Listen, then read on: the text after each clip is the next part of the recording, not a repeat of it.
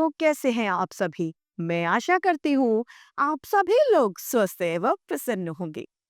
आज हम हमारा पाठ क्रिया को पढ़ेंगे और समझेंगे। तो आइए इस पाठ को प्रारंभ करते हैं।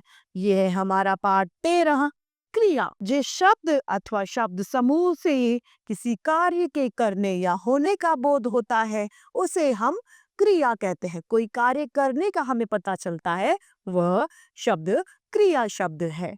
जैसे कि सुरेश पढ़ रहा है, बैल दौड़ता है, कुत्ता भौंक रहा है। इन तीनों में हमें कुछ करने का बोध हो रहा है।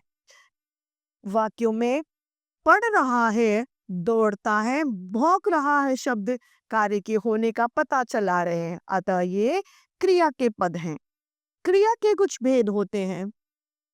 सबसे पहले है हमारे पास में सकर्मक क्रिया। इस क्रिया के अंतर्गत जब जिस क्रिया के साथ कर्म होता है उसे सकर्मक क्रिया, जैसे कि इसके नाम से भी हमें पता चलता है कर्म के साथ, यानी इस क्रिया में कर्म साथ होता है, वह सकर्मक क्रिया है। जैसे कि मोना गीत गाती है, जय स्कूल जा रहा है। इन वाक्यों में गाती और जा रहा है क्रियापदों के साथ कर्म, गीत तथा स्कूल है।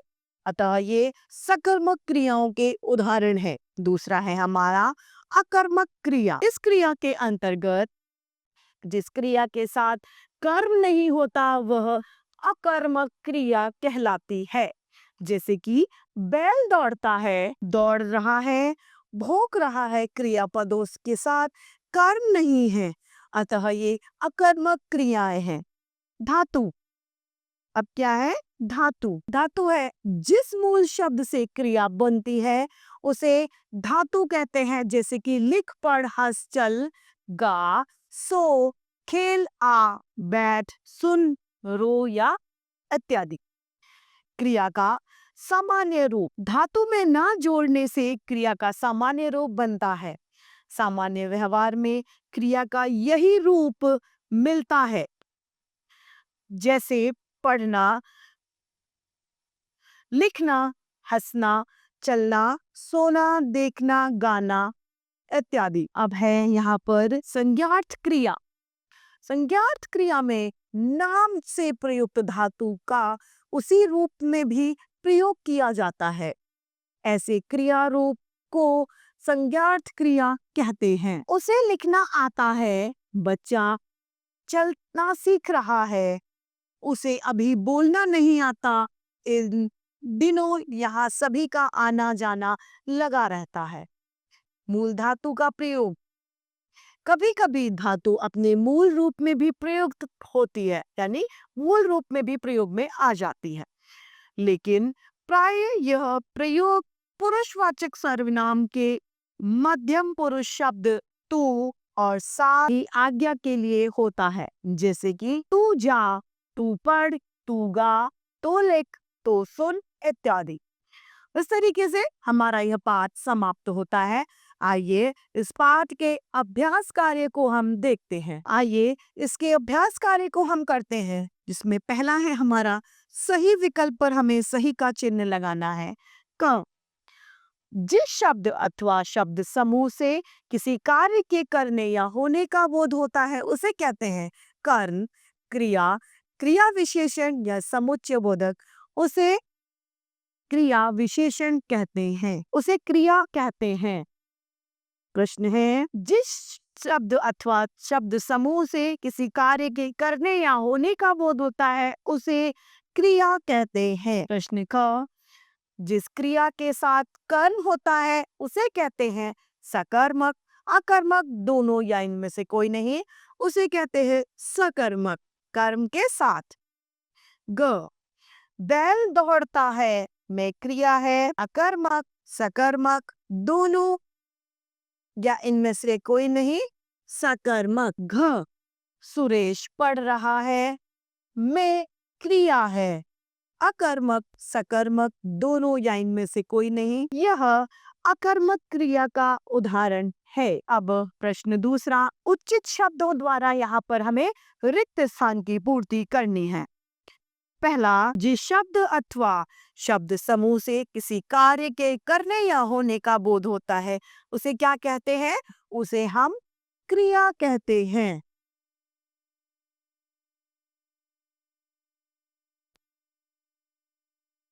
ख, कर्म के आधार पर तय रिक्त स्थान की प्रकार की होती है। कर्म के आधार पर क्रिया कितने प्रकार की होती है? 2 प्रकार की होती है।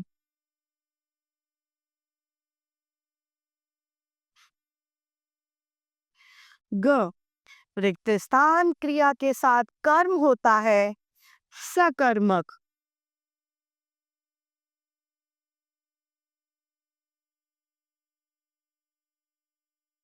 घ, जिस मूल शब्द से क्रिया बनती है उसे कहते हैं।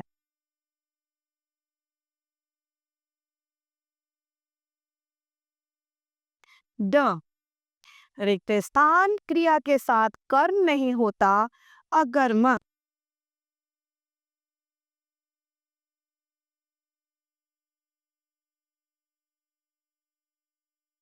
प्रश्न तीसरा, रिक्त स्थानों में निम्नलिखित गद्यांश से क्रियापद छांट कर लिखो। उसके माता पिता ने उससे कहा, बेटे जब तक मैं नहीं लौटूं तुम जहाज पर ही रहना और इस झंडे की रक्षा करना। इतना कहकर पिता ने सेना की टुकड़ी दूसरी ओर ले चले। तो इसमें ले चले कहना और रहना, रक्षा करना और कहना, ये क्रियापद है। अब है प्रश्न चौथा, सुमेल कीजिए। क, वह मूल शब्द जिससे क्रिया बनती है उसे धातु कहते हैं। जिससे कार्य करने या होने का बोध होता है उसे क्रिया कहते हैं। लिखना, पढ़ना, हंसना सामान्य रूप है। लिखना और बोलना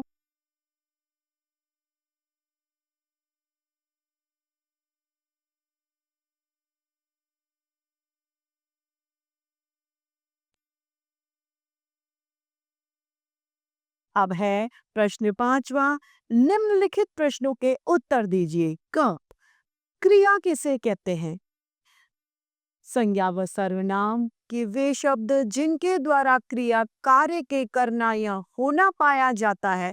वाक्य में करना या होना प्राप्त का बोध कराने वाले शब्दों को क्रिया शब्द क्रिया कहते हैं। ख, सकर्मक क्रिया से आप क्या समझते हैं? सकर्मक क्रिया जिसमें कर्म साथ में होता है वह सकर्मक क्रिया कहलाती है। जैसे कि मोना गीत गाती है, राम स्कूल जा रहा है, इसका एक उदाहरण है। अगला प्रश्न, अकर्मक क्रिया का स्वरूप बताइए। अकर्मक क्रिया जिसमें कर्म साथ नहीं होता वे क्रियाएं अकर्मक क्रिया कहलाती है। जैसे कि बैल दौड़ता है, कुत्ता भौंक रहा है, ये दोनों अकर्मक क्रिया के भेद हैं। अगला प्रश्न, धातु किसे कहते हैं बताइए। जिस मूल शब्द से क्रिया बनती है उसे धातु कहते हैं। पढ़, लिख, हंस, चल, गा, सो, देख, सब, ये सभी धातु के रूप हैं। इस तरीके से हमारा यह पाठ क्रिया समाप्त होता है। मैं आशा करती हूँ आप सभी लोगों को यह पाठ भली भांति रूप से समझ में आया होगा। तो आज के लिए इतना ही, फिर मिलते हैं। धन्यवाद।